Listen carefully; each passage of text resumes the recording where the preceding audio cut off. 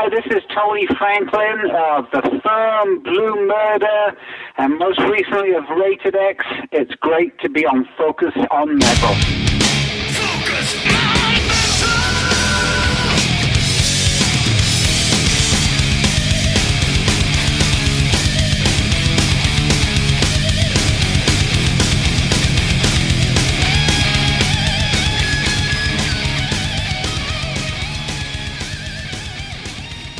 Hey, Metalheads, Scott here. Richie. And welcoming you to 2025 here in the world of Focus on Metal. This is your one episode of the year.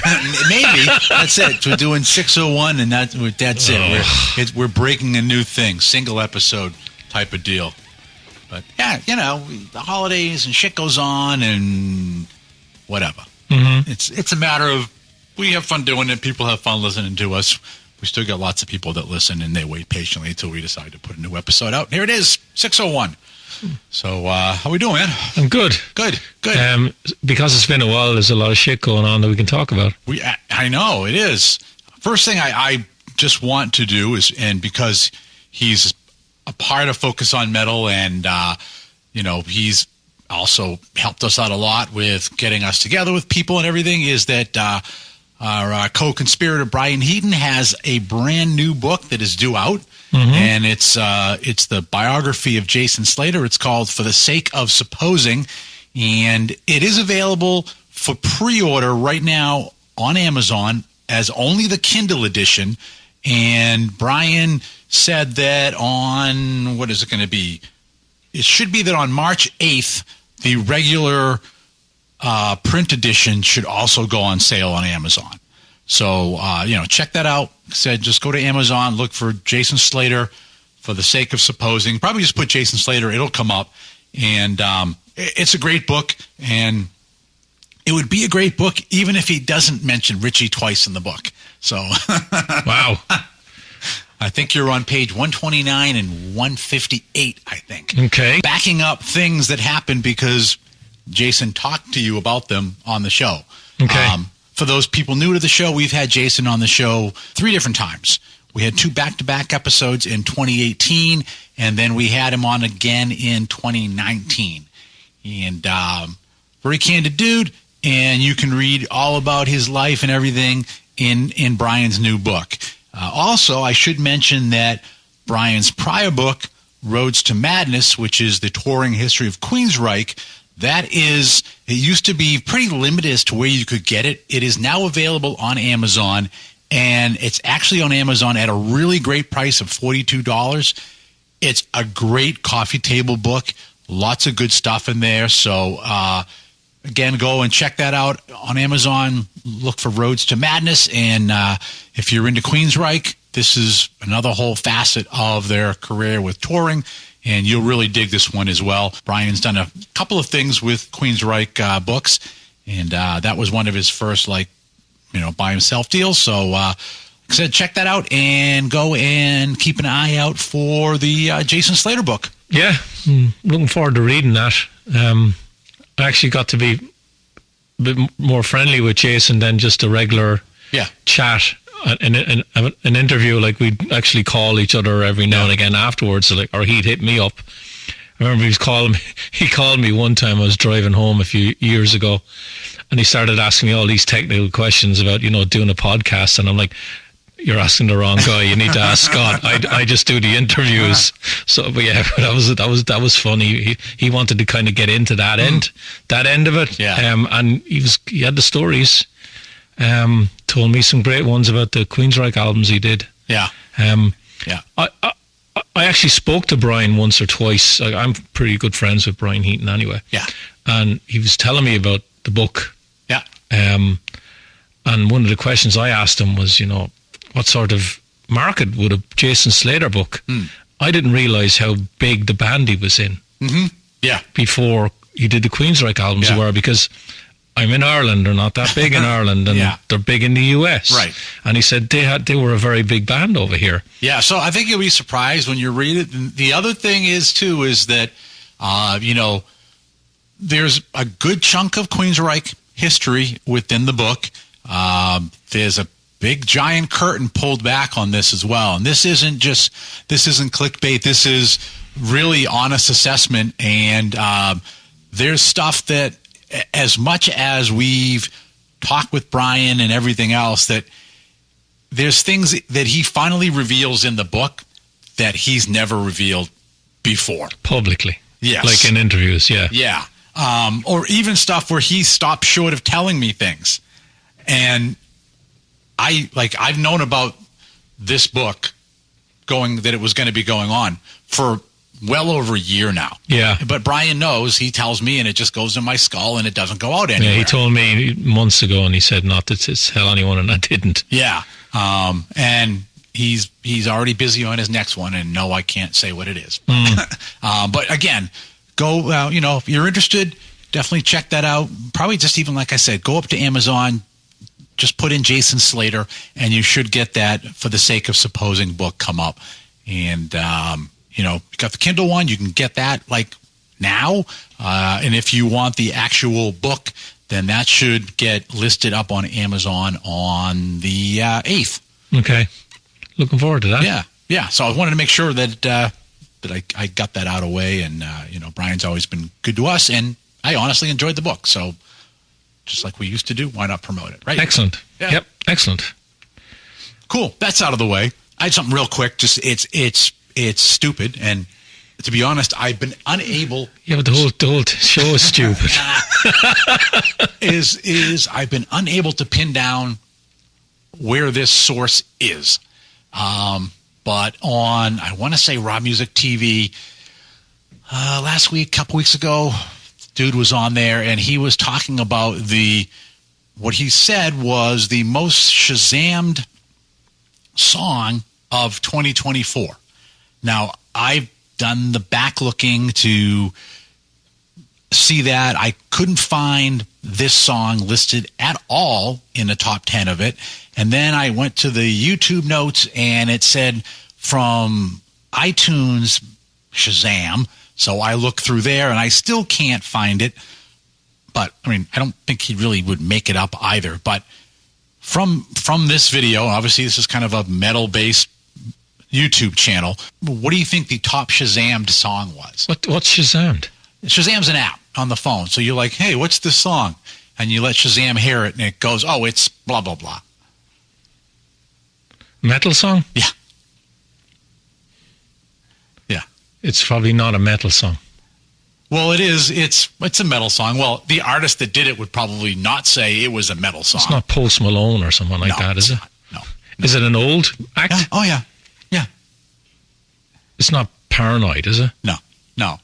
I'm way off. No, it's the reason he even had it was, and I agree with him, I was like, what? It was Ace of Spades. Motorhead. Now, if there's one thing with a lot of Motorhead things is Lemmy will repeat the damn title over and over and over again, more than any other lyric in the damn song. It's just kind of a thing Lemmy does. So how could you not know the name of the song is Ace of Spades? It's like, it's every 30 seconds it's said. It's like, I was like, you've got to be kidding me, really? Like, they had to Shazam that? Yeah, well, that's technology for you. Everybody's dumb. It's true. Everybody is dumb. Getting stupider every day. But yeah, I just was like, I have to share this with Richie.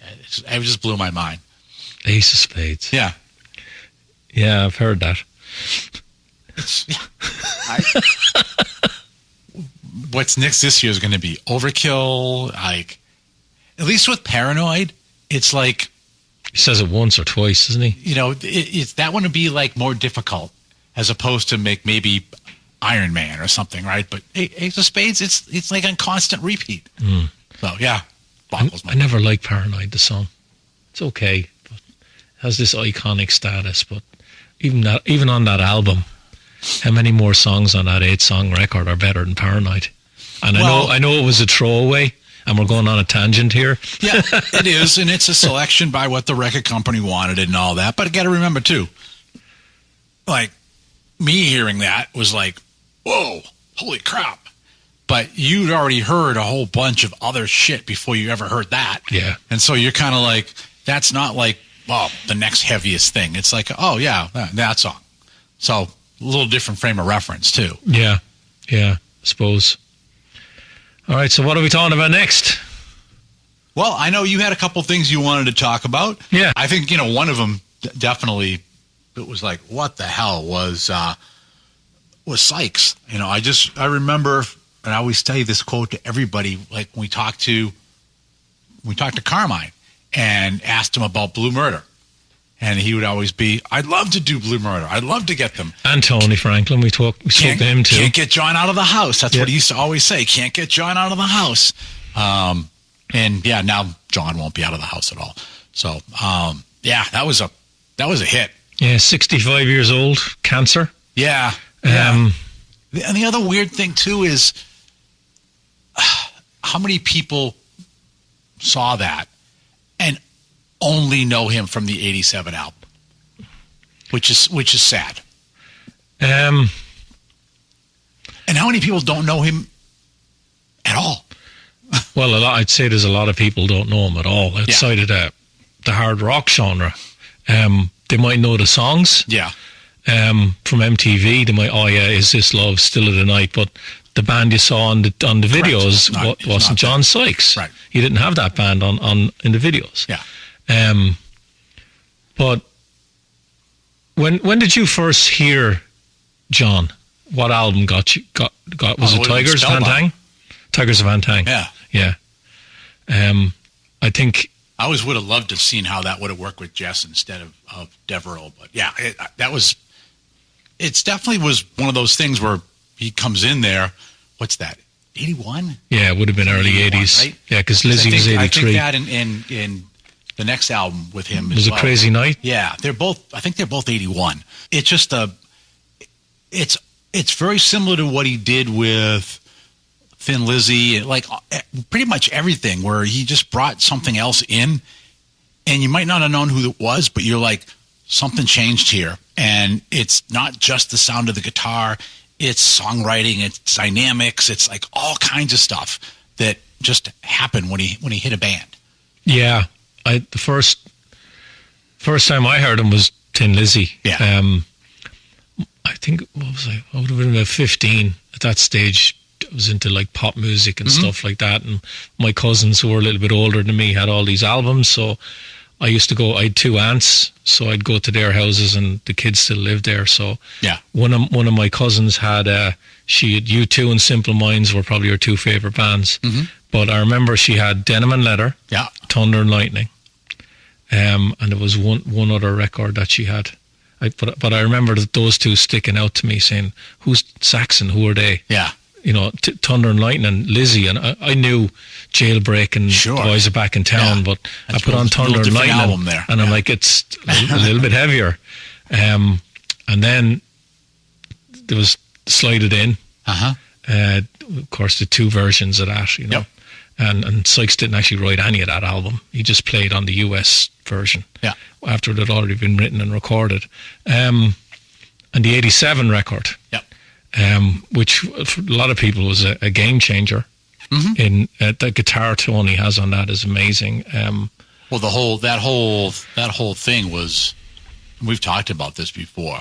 Little Mountain. It's the dynamics, it's the amount of compression, it's the levels.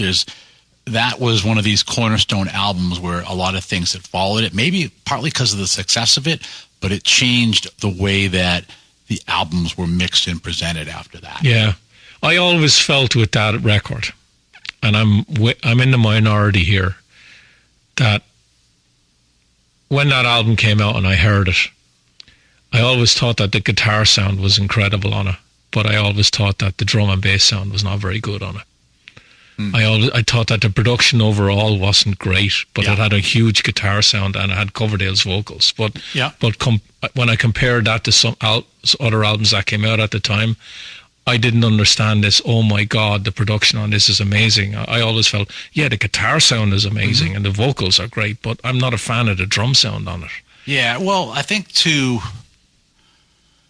that where that is too, there's a changeover point there, and So they were still mixing for albums as well.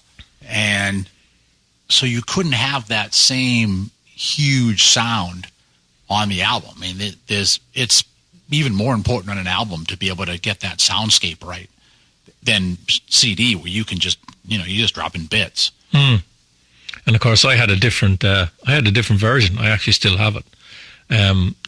Different track listing. Yeah. Different running order. Some songs were different than the US version. The version I have, Here I Go Again, is not on it. Yeah. The first song on the record is Still of the Night. Mm-hmm. Over here, I think it's Crying in the Rain. So the running order is different. Yeah. Well, I can see that a little bit too, because you figure that in the UK, you guys would have already got Here I Go Again off of Saints and Sinners. Granted, it's different sounding, but you would have had it there. That's why, like, and Crying in the Rain, that's on the same record. So when I got 87, I was like, wait a minute, is this song from Saints and Sinners? Yeah, it's Cullodener. But you got that, but there it's like more heavy, John Lord on the organ, and it's different, Yeah. I think the Blue Murder album I absolutely love that record. Oh yeah, definitely. Now I think that's a great sounding record. Mm-hmm. The only thing about that record, and as good as Sykes was as a vocalist, I think they needed a singer. Yeah. And I know we've spoken to Tony Franklin and Carmine about it, but they tried up a bunch of singers. I think Ray Gillan was one of them. Yeah. And he was the closest to getting the gig. You can imagine those songs with fucking Ray Gillan singing them. Like, would have been like otherworldly. Like, fuck me, it would have been amazing. Yeah, but it's still, I think it sounded. It's a great record. I think it sounded good, And I mean, honestly, the last time I saw Sykes live was when he was fronting that Thin Lizzy tour. Yeah. And he actually did great. When was I saw him when he did that? But when was it for you? And who was in the lineup? Because I don't know whether you had the same lineup as the one I saw. Because I saw him in Dublin now. Yeah, no, I saw him down in Boston at the Pavilion on the seashore. Okay. I want to say he was opening for. I think he was opening for Chickenfoot. Either it was Chickenfoot or it was Deep Purple. I can't remember because it was back a ways. Oh, they were opening. Yes. Oh, okay. They were headlining when I saw them. Yeah. I think it was Chickenfoot though. So I saw them in Dublin before I moved here, and I moved here November 2010. So I think I probably would have seen him around 2008, 2009, and it was Sykes on guitar, it was Scott Gorham, Marco Mendoza, Tommy Aldridge, and I think Darren Warren was on keyboards. I can't remember who was on boards, but I think everybody else, that's the lineup that I saw as well. And now that I'm thinking, now I'm second guessing myself whether it was either of those two or if they were opening for King's X. It was back a while. Tin Lizzy opening for King's X? Uh-huh. No, I can't see that. Even though it's not a Lynott version of the band. Yeah, I think it might have been. I might have been King's X. Wow. But yeah, he did a great job. I mean, I know there were a lot of people that were like, but it's like, well, Phil's not alive and he's trying to do something, and when I saw them, and they were in the Olympia in Dublin, a really old theatre. I really, really did enjoy the show, but it was very metal. Lizzy were never really, to me, a metal band, right? Yeah. And then with as good a drummer as Tommy Aldridge is, mm-hmm. he's a fantastic drummer. He did a great solo swing. But I saw Tin Lizzy, or Ricky Warwick's version of Tin Lizzy, in the Songus in Lowell down the street here, mm-hmm. and it had Brian Downey. Yeah. And you could just tell the difference just in having him in the band. With you hit the nail on the head. Yeah. It had the swing. Yeah, and Aldridge, also Tommy doesn't have that. And Tommy doesn't do shuffles either. No. And those are two things you got to have. From the get-go with Downey playing, they started off with the rocker. I could tell straight away it was like, this is like 70s Lizzy, not Thunder and Lightning Lizzy. Right. Yeah. We're going on a tangent here about Sykes. But of course, then Sykes did Nothing But Trouble record, which I thought wasn't as good as the debut. And then he brought out these records in Japan, solo albums. Yep. And they weren't that easy to get. No, I think I've got. Yeah, I'm pretty sure I have Bad Boys Live. That's on a great CD. But that's a great album. Yeah. Because he does the Whitesnake stuff on that as well. Yeah. And then everyone knows he just fell off the face of the earth. Yeah. Ended up on That Metal Show with talking about a project with Mike Portnoy, and nothing ever came of that. And Portnoy did the Winery Dogs with Billy Sheen, and then there was bits and pieces came out. An odd song here or there came out. I think 2013. Yeah, something like that. Yeah, I think he's back. And from all accounts, the album was done. He signed. I think it was Golden Robot Records. Okay. I believe years ago they were talking about signing him and bringing the record out, and of course nothing ever happened with that. And I used to put up on the Facebook page every January who's going to bring out new music first, John Sykes or Vinnie Vincent. And then of course Sykes, just this post came up, he died, and seemed to me that there was never any. I never heard anything about it. Yeah. A lot of musicians seem to be shocked as well. Or they might have known and they're feigning being shocked, but I think the shock on a lot of them was genuine. Well, I think, we've talked to Carmine, right? We've talked to Tony, and they both had kind of the same thing, which is that, they're friends. They loved it. Yeah, they really did like the guy. Really, they just really haven't seen him. Yeah. But there's no bad blood. There's nothing like that. And it was no situation like that, but it just seemed like that was, he just kind of went away. I think one of the things Carmine said has always stood with me. He said in one of the interviews we did that John was one of these guys that he was waiting for the music business to revert to the way it used to be. Yeah. And that was never ever going to happen, where you had all these major labels throwing a shit ton of money and you were going on big tours. Yeah. No. That was never ever going to happen. It was either, you had to adapt to survive. Yeah. And he just didn't want to do anything. Because it won't. Now look at what they do. You can, they're able to pay the artists peanuts, and they make shitloads. And even was it a couple weeks ago? I had to go to the dentist for a filling, so I'm sitting in the chair and I'm waiting for the Novocaine to take effect, and they're just playing modern stuff, and I don't ever listen to it. So now I'm kind of captive, and I have to listen to it. Ugh. So I'm like, okay, well, you know what? I'm going to spend the time trying to how do these produce, and what are they doing? And I just decided I'd just kind of do a producer exercise, listening to the song. I would have said, just knock me out. And it was, and I'm like, oh my God, they must be making a fortune, because it was an unvarying drum beat the entire way. The bass would change every so often. There was an almost unvarying guitar, if there was one, and there was a keyboard pad, and they were so incredibly simplistic. It was ridiculous. And then a vocal aid on top, and then the next one, it's the same thing. It's the same, and all of them, they were all the same way. Probably not all done by AI or something. And I just couldn't believe it, how simplistic they were. And with all of that, and knowing the number of tracks and everything that are on there, I'm like, they are making a goddamn fortune, and they don't have to pay tour support or anything.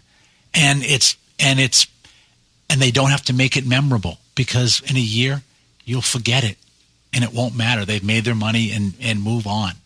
So in a way it has reverted back to the way things were in the late 40s and 50s, where Neil Bogart from Casablanca, that's what he came from, right? Buddha Records was just a little bubblegum pop, put it out, make the money, let it be forgotten. Over and over Not and over albums, again. Yeah. singles. So in a way, John got his wish. It got reverted back to that way, but I think it went back too far. Yeah, but and it's always the the labels and all those other people make the vast majority of the money and not the artists. Why they do it. That hasn't changed. But yeah, I was blown away when I heard it. I was like, oh, God damn it. A couple of things to finish on with Sykes. Do you think that record will ever get released now? I doubt it. Why? Because it probably is going to get caught up in some kind of a probate about who actually owns it and what they can do with it. Yeah. It's a pity. I'd like to hear it. Yeah. I'm interested to know now, because it's all about catalogue with bands now. Are we going to see this rush to release a lot of the re-releases, other stuff now with live tracks and maybe, that... Was there Blue Murder stuff recorded? Well, I'm not... Coverdale has done it with the 87... the box set. Correct. I don't think there's going to be anything there. He's got a lot more to draw on in doing those, and they're very well done. They are, and they're very well. Because Sykes is on the Slide It In one. Yeah, the box set on that, so he's all over the live stuff. Every single one of those is very well done. Yeah, and they pack a lot of stuff, and I can't say enough good stuff about those. Yeah, like some of the Blue Murder stuff now. I'm not saying a vinyl box set of Blue Murder, but will they re-release that now and they have this live show? Because I think a lot of people are going to be nostalgic about that now, and they'll they're huge fans of Sykes, and I will say that first Blue Murder album that's actually sells for quite a bit if you can find one on vinyl. Yeah, I have two of them. Yeah, I've got one over there too. Yeah, I bought it the day it came out. Yeah, they are a much wanted vinyl. How much are they going for? You can see some of them listed for. I could check right now on Discogs, but they're over $100. Wow, really? Yeah, and if they're in even better condition, they can go for more. And if it's the Japanese pressing, wow. Yeah, mine's the European pressing. And the other thing is, if someone asked you what album to start with Sykes, what one would you pick? Focus.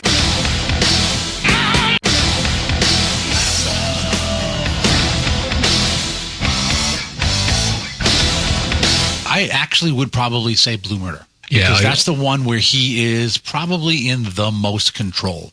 If I was to have someone go and depending on where they are in their musical experience, but have them go to listen to Spellbound, they'd be like, what the fuck is this?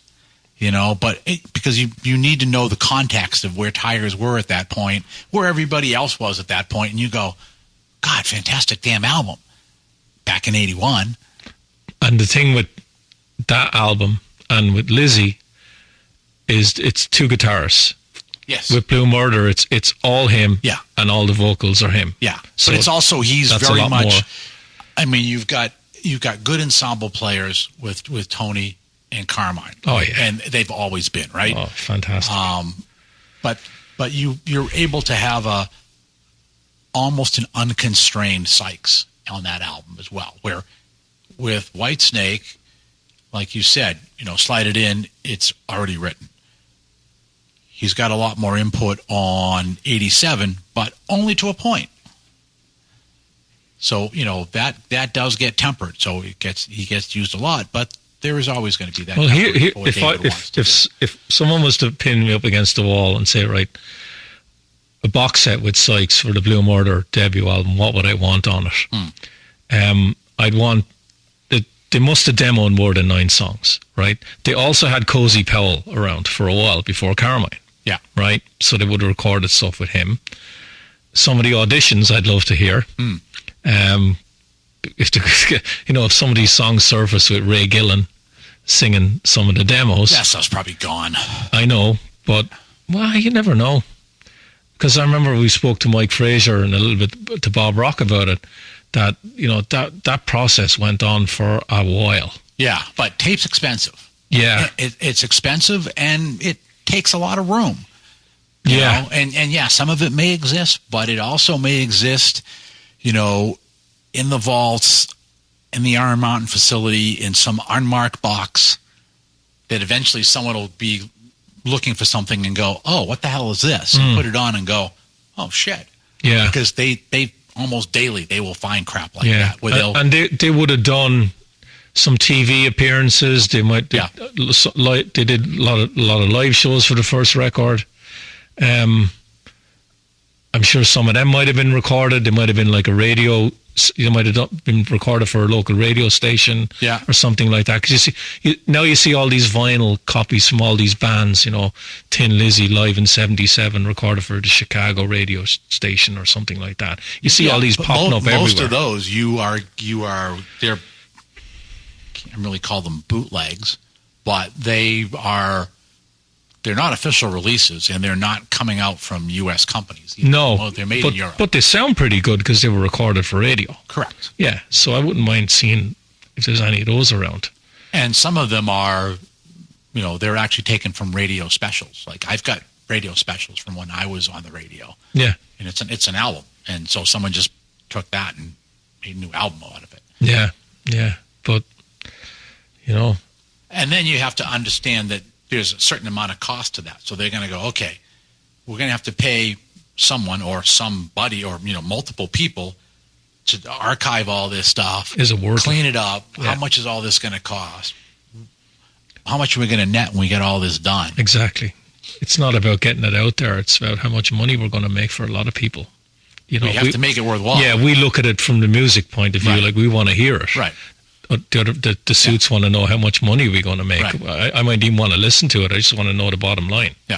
Yeah. So, but anyway, John Sykes gone at 65. Yeah, that's way too early. Yeah. Yeah.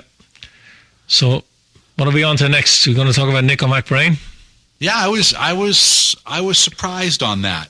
I think they handled it pretty well. In that. I think a lesser band would have announced it earlier while they were still on tour or even before the tour and tried to Kiss would have done this, right? They would have been like, it's Ace's final tour and how many more tickets can we potentially, even so they sell very well anyways, but how much more could you have jacked the price up and sold more? Because it would be the last time you see Nicko on tour, right? But they didn't do that. They completed the tour, and before they went to the next one, it was he's done touring. Well, I'll give you one of the reasons I don't think, for me, that they didn't do that. Bruce Dickinson did that on the Fear the Dark tour, and announced way before the tour was done that he was leaving.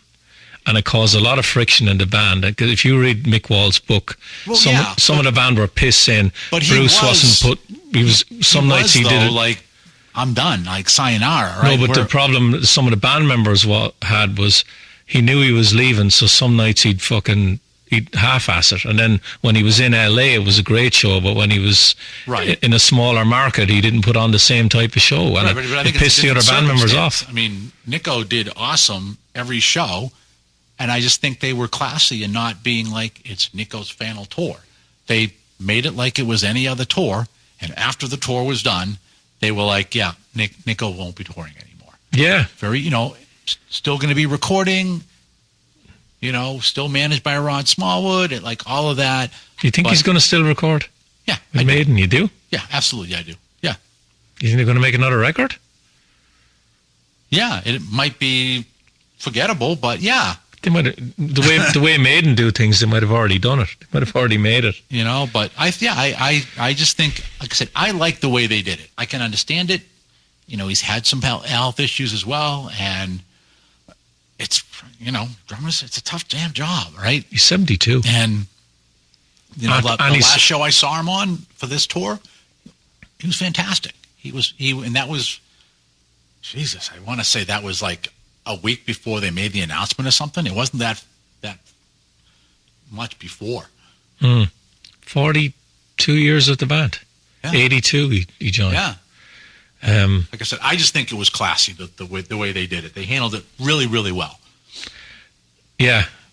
Yeah, but you're dealing with a band like that. That's a huge band, and to me, they're very like AC/DC, very like Van Halen, massive band, very close inner circle. If you're in the inner circle, you'll know things. If you're outside the inner circle, you know fuck all. And that's the way Maiden have operated for years. And it's worked for them. And it worked for Van Halen, and it worked for AC/DC. But, you know, I'm sad to see Nicko go, but fuck me, like 42 years is a fantastic innings. He's played on every show. He's been on every record, and playing that material is not that easy. And Maiden shows are long, and their tours are long. Like some of their early tours in the 80s were fucking enormous tours. That nearly broke up the band, but you know, and they didn't go out and get some big name guy. Yeah, I was going to replace him. Yeah, right? I was going to get somebody else who's Simon Dawson. Yeah, so it's kind of like I'm sure everybody in the band knows him, right? I can't see that you know, Harry is keeping British Lion completely away from Maiden or vice versa, you know. So it is like, in a way, you know, bringing Stevie Young into AC/DC, you know, kind of a thing. He's been around, he's been part of the family, they're familiar with each other. So, you know, I think it was pretty good. They didn't go out and get some, you know, they didn't bring Gene Hoglan in to, you know, take over, you know, drums, you know. So I don't think that any of the other band members in Maiden, outside of Steve Harris, had any say in all in who was drumming in the band. It's Steve's band. Steve decided, I know it's Simon Dawson, he's drumming with Maiden now, and other guys went, okay. I think that's the way it all went down. You got to figure this way, right? Dave, he's kind of like, and I'm not knocking Steve, and I'm not knocking the band. Tour and I'm happy and I'm playing my shit. Like, Dave is always the, you know, chin up, steady as they go, unflappable, go through it, right? I think Yannick is probably like, they kept me, I still got the gig. He's not going to rock the boat, right?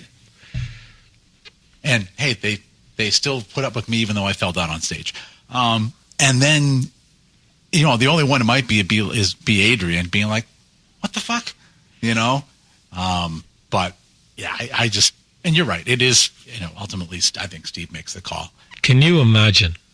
But it is important. I will say this. It is important that relationship between the drummer and the bass player. I mean, they're that engine house. And if they don't know how to cue off of each other, it's very detrimental to a band. So it is a good thing that he's like, yeah, I can play with this guy. I've played with him for a long time, and we can sync up just like I did with Nicko. So that is good from a musical performance perspective.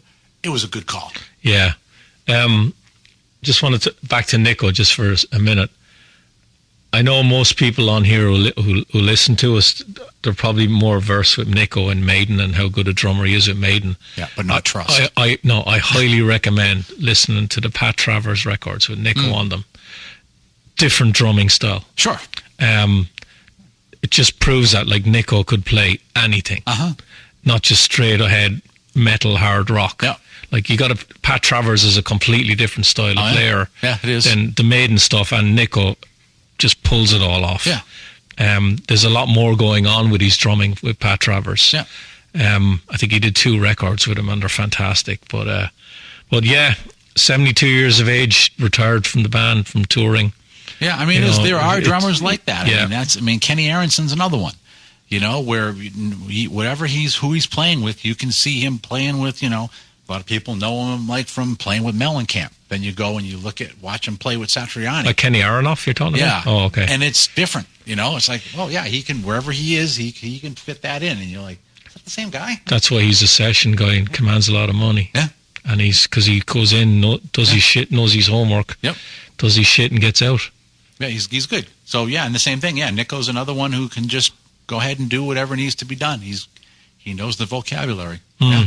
But it is going to be weird that, like, holy crap, next time I go see Maiden, it's not going to be Nicko. How many? Yeah, let's go there. How many other guys have to leave that band other than Steve or Bruce for you to go, I'm out? You're probably going to say, I'm okay if Yannick leaves, aren't you? That's probably because not 99%. Somehow I always get stuck on Yannick's side. Just say Dave Murray decided he didn't want to do it anymore. That'd be tough. It was tough when Adrian left, to be honest. It was really tough when Adrian left. But yeah, it wouldn't seem like the same band without Murray. Yeah. I think a lot of people wouldn't mind if Yannick left, but I think, Dave or Adrian, I think at this stage. Yeah. And like the thing you have to realise that like Bruce and Adrian, they've been back in the band since 99? 25. They've been back in the band 20-something years. Yeah. And then people go, fuck me, it hasn't been that long. And I'm like, yeah, it has. Yeah, it has. You know? And of course, the other thing with them, too, which is good, is they're back in the band, but they've continued to do all kinds of extracurricular stuff as well. Oh, I can't wait for that Smith Kotzen record that comes out in March. Yeah. I thought the debut album was brilliant. I might try and see if I can get one of them on and talk to him about that. But just that album with Richie just shows a whole different side of Adrian than he does with Maiden. Yeah, it does. And, it's great. But, I'm looking forward to that. Dave Murray's never done anything. No, like I said, I think he's just... Yannick hasn't really done that. Yannick had Gillan and some White Spirit. Yeah. But they were before Maiden, and then he did Bruce, and then ever since he joined Maiden, he's done nothing. Right. Steve really is the only one doing anything, and Bruce with the solo records. Right. But we'll see what happens in Maiden. I hope they bring out another record. Will Nicko play on it? I don't know. I hope he does. And then the other part is that they will, they've got that new tour, and that's going to be like... That's the 50th anniversary tour. The way they're saying it is that there's going to be a lot of stuff that they'll play on this tour and they'll never play again. So it's like, okay, so what's up for another album? Are they going to go deeper into... the early stuff or the newer stuff? Well, are they opting to say, okay, on this tour... There's things where we're going to be, we're never going to play, you're never going to hear us play Charlotte the Harlot live again. Like, you're not going to, a whole bunch of stuff that, nope, don't ask anymore. We're not playing these. We're done. We're moving on to newer stuff. Are we going to have albums that are also more indicative of just like, this is what we do now. We're more progressive. It doesn't matter what Maiden does. People will fucking bitch about their set list. It doesn't matter. Yeah, but the difference is, at one point, people got used to going to Maiden, and you got a good blend of everything. Yeah. Then, I want to say that it was with A Matter of Life and Death, where it was, okay, this tour, this is what we're doing. The next tour, you'll get hits. The next tour after that, it's going to be the album. And that was like a, what? Because you do kind of want to have some continuity. I like the fact you hear new stuff. But you do want to have to hear some other things, too, that you may not be as familiar with as a new album. But now, if you were to tell me that they were going to go out and tour and they were going to do nothing but Shinjitsu, I'd be, I'm staying home. And I think there's going to be a lot of people that would be the same way. Yeah. But you vote with your feet. You vote with your wallet. It's as simple as that. But I'm just saying is that I think that this may be one of those things where they're going to be... Yep, a lot of those oldies that we would have had in rotation, we're telling you right now, you were never hearing them again. Yeah, but how long has that band got left? Seriously. Like, you might say you might never hear that again. They probably have 3 or 4 years and they're done. You don't know that, though. They're in their mid-60s. Nicko was 72. Yeah. But except for Bruce, they don't run around and like they do. Well, Yannick does. But you see Dave Mozian, you see Adrian Mozian. They're not running around. They're not doing all the stuff they were doing back in 82. They're still traveling a lot, though. They are, but they're traveling in comfort. Yeah, I don't know. I think... When you've got a tight machine like them, where you can get in your own damn jet, land, be catered over, you know what's going to happen every day, and it's easy touring as opposed to being, in your 70s and you're on a bus. Yeah, I suppose. And you never know what the catering is going to be when you show up at the gig, or if there's going to be any, or when's the next time you're going to see a decent bed. then it's going to get this isn't going to go on for very long. But in a way, and I kind of make light of it a bit, but it is like they have a big, giant extended vacation. And they get paid for it. Yeah. Yeah, I suppose. And they're not going to, East Podunk. You know what I mean? They're going to key major markets. That's what they're hitting. Yeah. Just like Metallica does. I just think that Maiden 3 or 4 years, maybe 5 at the most, and then they're done. I just think Steve will just say, I'm done, I'm finished. Yeah, maybe. Yeah, that's what I think. What Steve must be 65, 66.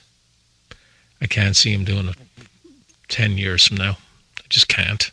The guy's in incredible shape. He is, but this is his life. Age catches up with everybody. Tell me about it.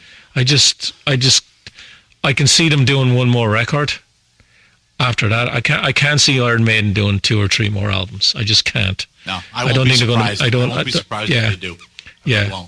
I just don't think they're going to be around long enough, because that's 3 or 4 Maiden albums. 3 Maiden albums, that's at least 10 years. Their albums now are 5 years apart. Yeah.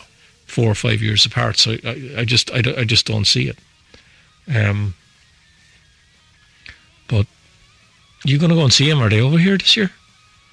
They have not, to my knowledge, announced any dates on this new tour in the U.S. yet. Okay. All right. Just in Europe, is it? Mm-hmm. Yeah. I think they're playing Dublin. But if they Belfast. do, I'll probably try to get tickets. Yeah, I haven't seen Maiden for a few years. I haven't seen a lot of bands for a few years.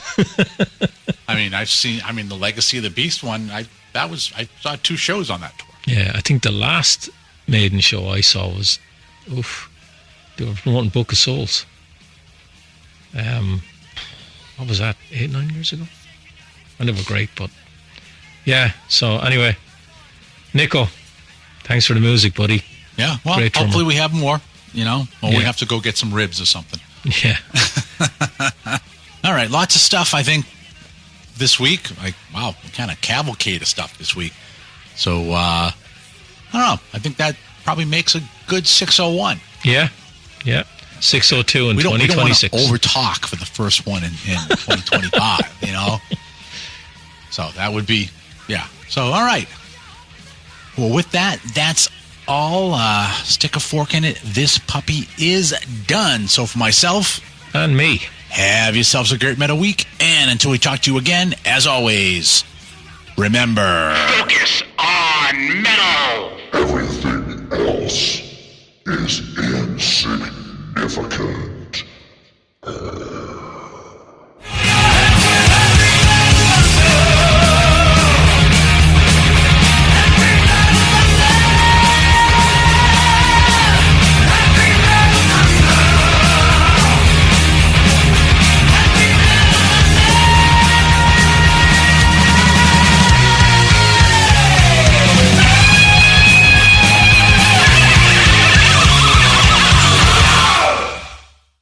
You're still here? It's over. Go home.